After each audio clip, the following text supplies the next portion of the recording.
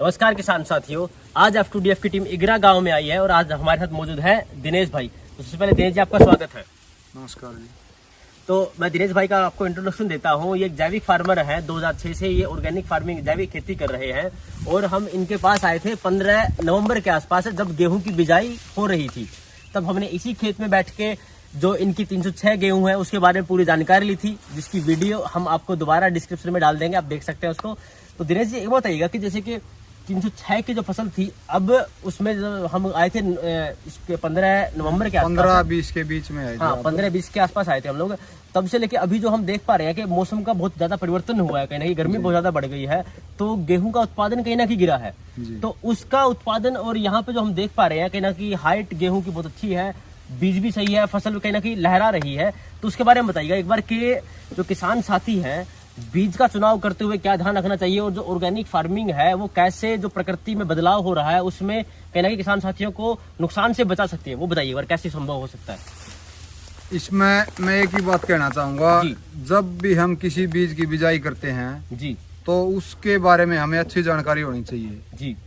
उसके अंदर पोषक तत्व कितने हैं, ये खाने में कैसा है, इसकी बिक्री कैसी है जी, और इसमें भविष्य में क्या क्या मतलब कठिनाइयां आ सकती हैं, उसमें फुटाव कितना रहेगा, कीड़े वगैरह का उसमें कैसा प्रकोप रहेगा। हाँ। तो 2-4 बातों का मोटा मोटी किसान को जानकारी होना चाहिए। और इसके साथ साथ मैं अपनी फसल के बारे में ये बताना चाहता हूँ कि जैसे आप देख रहे हैं ये C306 वैरायटी है जी। दुनिया में पोषक तत्वों के मुकाबले इससे बढ़िया वैरायटी वैज्ञानिक गण कोई नहीं बताते जी। इसके लगभग तो वैरायटियां हैं, मगर सबसे उत्तम वैरायटी पोषक तत्वों के मुकाबले यही है दुनिया की। और जो अब की बार टेम्परेचर में बदलाव हुआ है, हाँ। आम जो किसान है उसकी प्रोडक्शन डाउन हुई है, हाँ। मगर आप इस खेत को देख के आप अंकुरण जब इसमें चालू था उस टाइम आए थे, उसके बाद आप बीच में 1-2 बार वैसे आए हैं और आज आप इसका दोबारा से फिर आए हैं, तो आपको भी देख के ये लग रहा है कि प्रसन्नता होती है, खुशी होती है। हाँ। बाकी इसकी 1-2 दिन में और अच्छी तरह से पक जाएगी तो हम इसकी कटाई करवाएंगे। हाँ। और इसका जितना भी उत्पादन आएगा, पिछली बार जितना उत्पादन इस वैरायटी ने हमारे खेत में दिया था और अब की बार का वो दोनों उत्पादन की जो अनुपात आएगा वो भी हम आपको बता देंगे, कम आया या ज्यादा आया जी।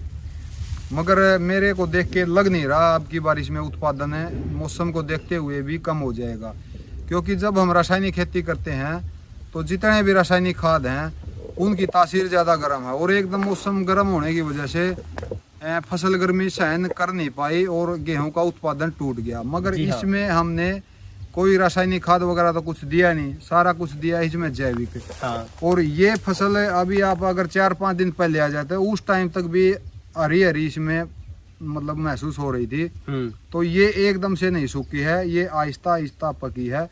तो पूर्ण पकने की वजह से इसमें मैं नहीं मानता कि उत्पादन डाउन आएगा जी। अच्छा एक बात है, जैसे कि अभी जो बेमौसमी बारिश भी ज्यादा हुई थी, तो पूरा जनवरी का महीना है, लगातार बारिश होती रही थी, तो ऐसे में कई किसान साथी थे जिनकी जो गेहूं है उसमें कहीं ना कहीं उत्पादन उस वजह से भी गिरा था, उनकी गेहूं पीली पड़ी हुई थी।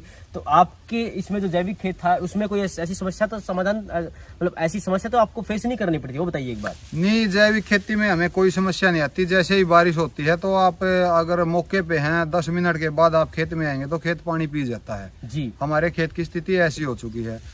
और जो जिन खेतों में पानी रुक गया उन खेतों में डबल समस्या आएगी, पहले तो वो फसल पानी ने खराब करी, हाँ। और फिर एकदम से गर्मी बढ़ने के कारण एकदम से खराब होगी जी।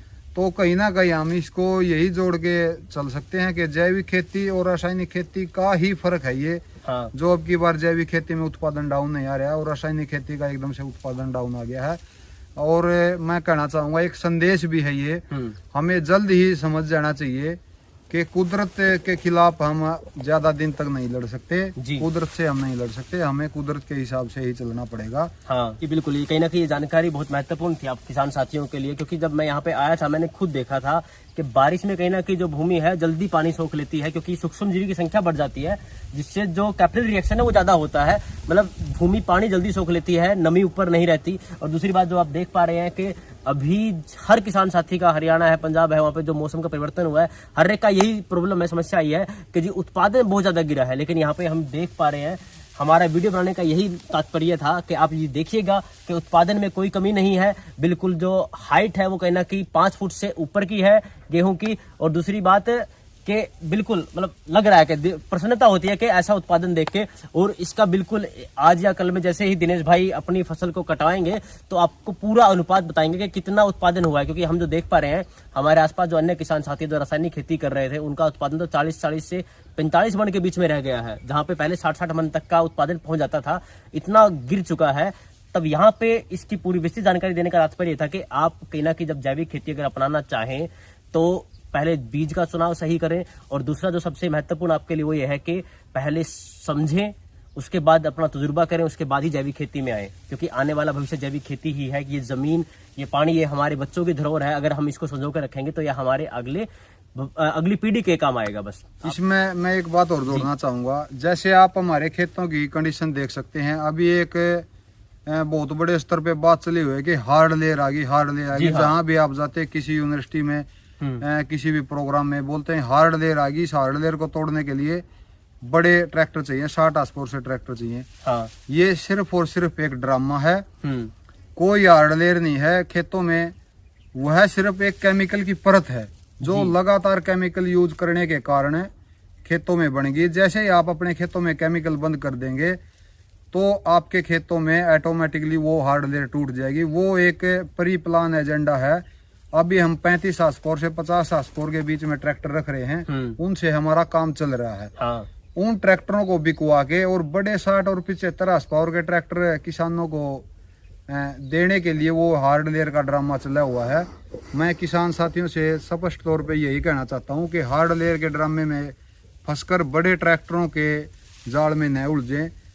एक छोटी सी बात है, बिल्कुल समझने की है, स्पष्ट दिखती है, जो तुम्हारी छोटी होती जा रही हैं। हाँ। और ट्रैक्टरों पे, बड़ों पे, सभी यूनिवर्सिटियां, सभी जो भी महकमे तंत्र हैं, जी हाँ, वो बड़े ट्रैक्टरों पे जोर लगा हुए हैं। हाँ। जबकि हमें चाहिए छोटे से छोटी मशीनरी। हाँ। आज अगर किसान को बचा सकते हैं, मशीनरी तो बचाएगी, मशीनरी तो किसान को चाहिए, मगर सूक्ष्म मशीनरी चाहिए। ये नहीं कि बड़ी मशीनरी। एक 12 लाख की आप मशीन ले आओ। हाँ।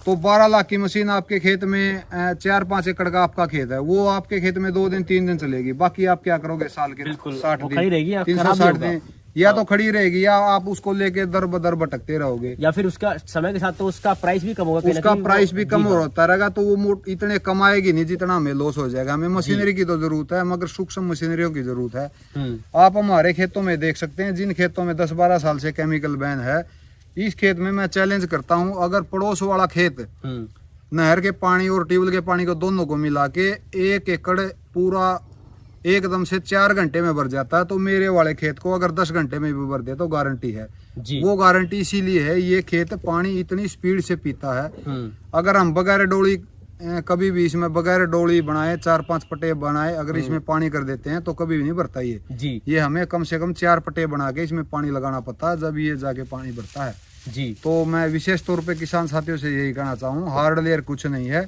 वो एक ड्रामा है। अपने खेतों में केमिकल बंद करो, फसल अवशेष जितने हैं वो धरती के अंदर मिलाओ, हरी खाद मिलाओ, तो आपके खेतों का खेती, आप चाहे जैविक कर रहे हो या रासायनिक कर रहे हो, वो एक अलग बात है। सबसे पहले ये है, आप अपने खेतों के अंदर जो बायोमास है उसका मात्रा बढ़ाओ, तो आपका उत्पादन डाउन नहीं आएगा। बिल्कुल, ये बहुत अच्छी जानकारी थी। देखो, हमारा एक ही प्रयास रहता है किसान साथियों के, एक किसान साथी की नॉलेज, उसकी समझ को अन्य किसान साथियों तक पहुंचा पाए, ताकि वो भी उसका फायदा उठा सके। तो आप हमसे इसीलिए जुड़े रहिएगा, हमें ऐसे प्यार देते रहिएगा और जितना उसके इस वीडियो को सर्कुलेट कीजिएगा, क्योंकि ये वीडियो बहुत सारे साथियों की समझ को बढ़ा सकती है, उनकी आंखें खोल सकती है। ये वही खेत है जहाँ पे हम पहले आए थे और यहाँ पे जब फसल कटाई का समय है तब आए हैं। हमारा ये जो जानकारी आपको देने का उद्देश्य यही था कि आप सोच के, समझ के, अपनी विस्तृत जानकारी के साथ आगे बढ़ सके और इसका फायदा उठा सके। आप हमसे ऐसे जुड़े रहिएगा, हमें ऐसे प्यार देते रहिएगा। धन्यवाद। जय हिंद।